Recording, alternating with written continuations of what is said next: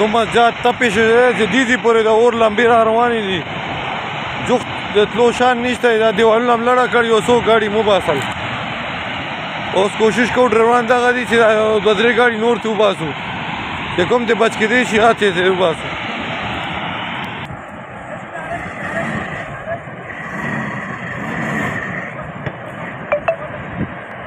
کوشش وکړئ که دا ترې وځي نو ښه به وي ډېره سخته اور باندې د جفتې ورتلو شان نشته